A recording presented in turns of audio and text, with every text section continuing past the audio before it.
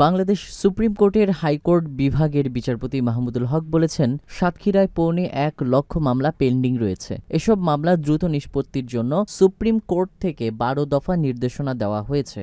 সোমবার 5 মে সকাল 10টায় সাতক্ষীরা আদালত প্রাঙ্গণে বিচার প্রার্থীদের জন্য নির্মিত ন্যায়কুঞ্জ উদ্বোধনকালে তিনি এসব কথা বলেন।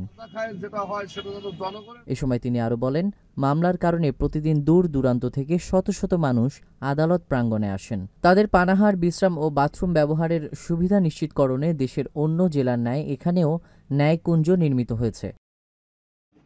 এছাড়া মামলা জট নিষ্পত্তির জন্য সুপ্রিম কোর্ট থেকে 12 দফা নির্দেশনা দেওয়া হয়েছে। এই জট একদিনে সৃষ্টি হয়নি, এগুলো শত বছরের। একসময় একটি জেলায় 1 থেকে 2 জন বিচারক থাকত, কিন্তু বর্তমানে সেই ব্যবস্থা অনেক উন্নত। এখন মামলার চেয়ে মামলা নিষ্পত্তির সংখ্যা বেশি।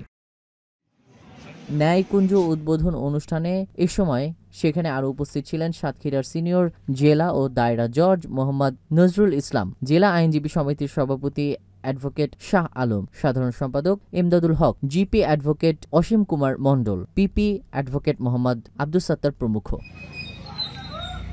ন্যায়কুঞ্জ উদ্বোধন শেষে বিচারপতি মাহমুদুল হক আদালত প্রাঙ্গণে একটি নিম গাছের চারা রোপণ করেন। পরে তিনি সাতক্ষীরা জেলার দর্শনীয় স্থান কালীগঞ্জের নলতা শরীফ, দেবহাটার মিনি সুন্দরবন ও সাতক্ষীরা সদরের ভোমরা স্থলবন্দর পরিদর্শন করেন। সাতক্ষীরা প্রতিনিধি মোজাফর রহমানের পাঠানো তথ্য ও ভিডিও চিত্রে ডেস্ক রিপোর্ট।